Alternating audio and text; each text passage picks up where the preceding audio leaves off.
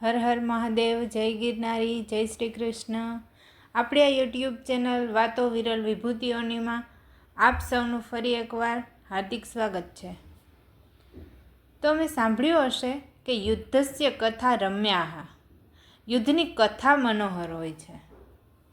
રાષ્ટ્રના સ્વાતંત્ર્ય સંગ્રામની કથા વધુ રમણીય હોય. એમાં પણ ભારત જેવા પુરાણ સિદ્ધ રાષ્ટ્રના સ્વાતંત્ર્ય સંગ્રામની લાંબી ઇતિહાસ વાર્તા અનેક રીતે રસપ્રદ બની છે. કારણ કે ભારતનો સ્વાતંત્ર્ય સંગ્રામ વિશિષ્ટ સંજોગોમાં અને નવીન રીતો વડે લડાયો અને જીતાયો પણ ખરી. તેમાં પણ ગુજરાતે જે પ્રદાન કર્યું અને તે દ્વારા રાષ્ટ્રની અને જગતની નમ્ર સેવા બજાવી એ અનેક રીતે નોંધપાત્ર છે. રાષ્ટ્રીય પ્રતિભામાં ગુજરાતનું વ્યક્તિત્વ એક વિશિષ્ટ ભાત પાડે છે. સ્વરાજની લડતો દ્વારા ગુજરાતની અસ્મિતા વધુ સારી અને સુરેખ રીતે પ્રગટ થવા પામી અને પ્રજામાં રહેલા પ્રેમ શૌર્યની શક્તિ તો સ્વરાજની લડતોમાં જ દેખાય.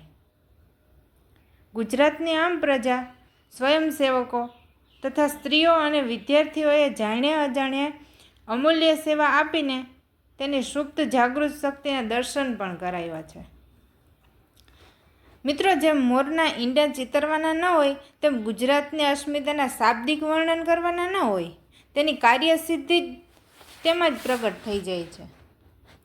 આવી જ રીતે સ્વતંત્રતા સંગ્રામનો હિસ્સો બનેલા ભારતના નારીરત્નોની વાતોમાંથી આપણે આજે એવા જ એક નારીરત્નની વાત કરવા જઈ રહ્યા છીએ.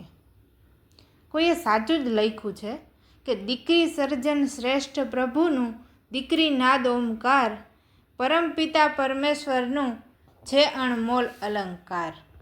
દીકરી સર્જન શ્રેષ્ઠ પ્રભુનું, દીકરી નાદ ઓમકાર, પરમપિતા પરમેશ્વરનું છે અણમોલ અલંકાર. એવા જ એક ગુજરાતના દીકરી, મધ્યમ કદના, દુબળા પાતળા, રંગે ભીનોવાન, હંમેશા સફેદ ખાદીના લુગડા પહેરે, એમાં ક્યારેય કોઈ ફેરફાર નહીં.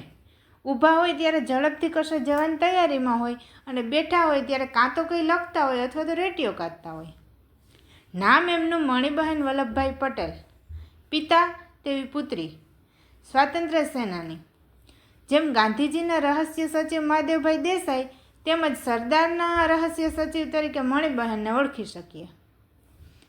મણિબહેનના જીવનનું કેન્દ્ર જ એમના પિતા સરદાર વલ્લભભાઈ પટેલ. દેશ સેવા કરી રહેલા પિતાની સેવા કરવા માટે મણિબહેને આજીવન લગ્ન ન કરવાનો નિર્ણય કરેલો. ગાંધીજીએ એમના નિર્ણય પાછળ રહેલી નિખાલસતા જોઈ અને એમના આત્મસમર્પણના અંતરથી આશીર્વાદ પણ આપ્યા. અને મણિબહેને આ વ્રત છેક સુધી પૂરી ચીવટથી નિભાવ્યું પણ ખરું. તો ઘરની દેખરેખ તો એવી રીતે રાખે કે નોકર ચાકર કહો કે બાવરચી, આંગણું પણ ચોખ્ખું ચંદન જેવું, કચરો તો શોધ્યો પણ મળે નહીં, ખર્ચ ઓછામાં ઓછો કરે, છતાં રાજા મહારાજાઓ, રાજદૂતો અને બીજા નાના મોટા મહેમાનોની સરભરામાં જરા પણ કસર ન રાખે. સંસદમાં સરદાર બોલે એની નોંધ રાખે. સરદારનો પત્ર વ્યવહાર એમના હાથ તળે જ હોય. મળવા આવનારા અને એમની સાથે થયેલી વાતચીતની નોંધ તારીખવાર સાથે મણિબહેન પાસે હોય. પોતે રોજ સૂતા પહેલાં ડાયરી પણ લખે.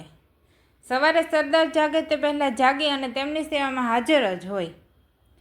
સરદારના દીકરી તો ખરા જ, પણ એમના નોકર, ચાકર, મંત્રી, અંગરક્ષક પણ એ જ.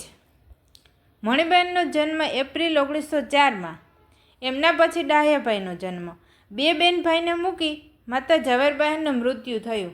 તેથી વલ્લભભાઈની છત્રછાયામાં ઉછરેલા મણિબહેન પિતૃસેવા કાજે આજીવન અપરિણિત રહ્યા. ગુજરાત વિદ્યાપીઠના સ્નાતક એવા મણિબહેને પિતાને પગલે ચાલી આઝાદી આંદોલનમાં ઝુકાયું. ખેડા, બોરસદ અને બારડોલી સત્યાગ્રહમાં રાત દિવસ કામ કરીને 1930માં પિકેટિંગ તથા વિલાયતી વસ્ત્રોની હોળી કરવામાં પણ આગેવાન રહ્યા. કંઈક અબોલ, નબળી, અશક્ત લગતી છોકરીમાં આ ખમીર જોઈ ગાંધીજીને પણ નવાઈ લાગેલી. આ લડાઈ દરમિયાન એકવાર મણિબહેનને જેલવાસ થયો. જેલમાં પણ એમનું જુદું વ્યક્તિત્વ જોવા મળ્યું. સરદારનો પડછાયો બની ગયેલી આ નારીની અદ્ભુત શક્તિના દર્શન થયા. સ્પષ્ટ વિચાર, ગજબની કોઠાસૂઝ પણ દેખાઈ આવી. નિર્ણય લેવાની સ્વતંત્ર નિર્ણયાત્મક બુદ્ધિ અને એ નિર્ણયને વળગી રહેવાની અડગ નિર્ભયતા પણ જોવા મળી. અને એ બધા સાથે સત્યાગ્રહીને શોભે એવો અવિચળ સંયમ પણ જોવા મળ્યો. જેલ પ્રવેશ સમયે જ મણિબહેનના નેતૃત્વના ગુણો પણ સૌએ જોયા.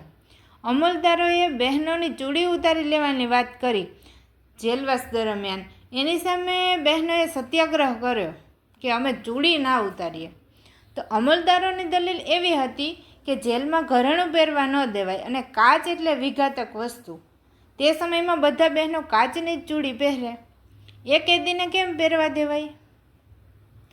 અને આ વાત જ્યારે મણિબહેનને ખબર પડી ત્યારે તેમણે પોતાની સૂતરની આંટીમાંથી ચૂડી ગૂંથી કાઢી અને મોતીના કંગન જેવી રૂડી રૂપાળી એ ચૂડી 100% સ્વદેશી પણ ખરી અને પાછી પ્રાણઘાતક તત્વોથી પૂરેપૂરી મુક્ત પણ.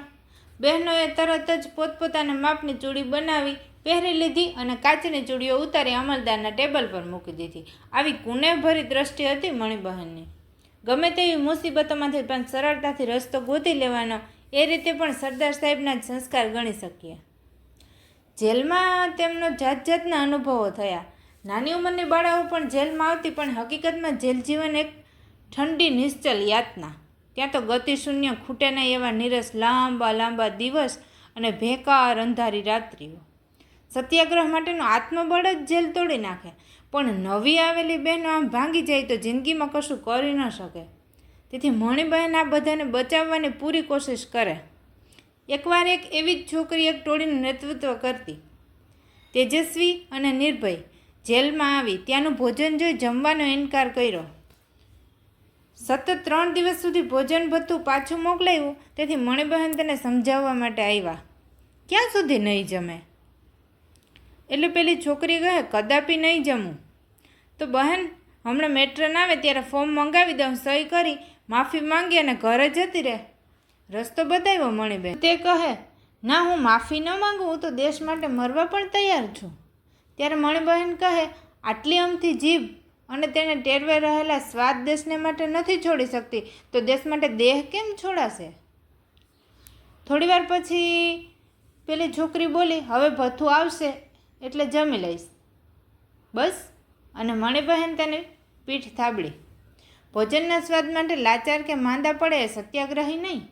અને એક વખત મણિબહેન કસ્તુરબાને જેલમાંથી છોડાવવા માટે પણ ઉપવાસ પર ઉતરેલા. છેવટે સરકારે કસ્તુરબાને છોડી દીધા અને બાના હાથે પાણી પી અને મણિબહેને ઉપવાસનું પારણું કર્યું. સાદું જીવન અને સાદગી સમર્પણનું જીવતું જાગતું ઉદાહરણ. પિતા માટે, દેશ માટે જીવન સમર્પિત કરી દેનાર મહાન પુત્રી કદાચ આવી દીકરીઓના ધ્યાનમાં રાખીને જ લખાયું હશે કે દીકરી છે દુઃખ ભંજણીને સુખની સર્જનહાર. દીકરી છે દુઃખ ભંજણીને સુખની સર્જનહાર. તો આપ સૌને આ વિડીયો સારો લાગ્યો હોય તો આપ લાઈક, શેર અને સબસ્ક્રાઈબ જરૂરથી કરજો. જય હિન્દ. અસ્તુ.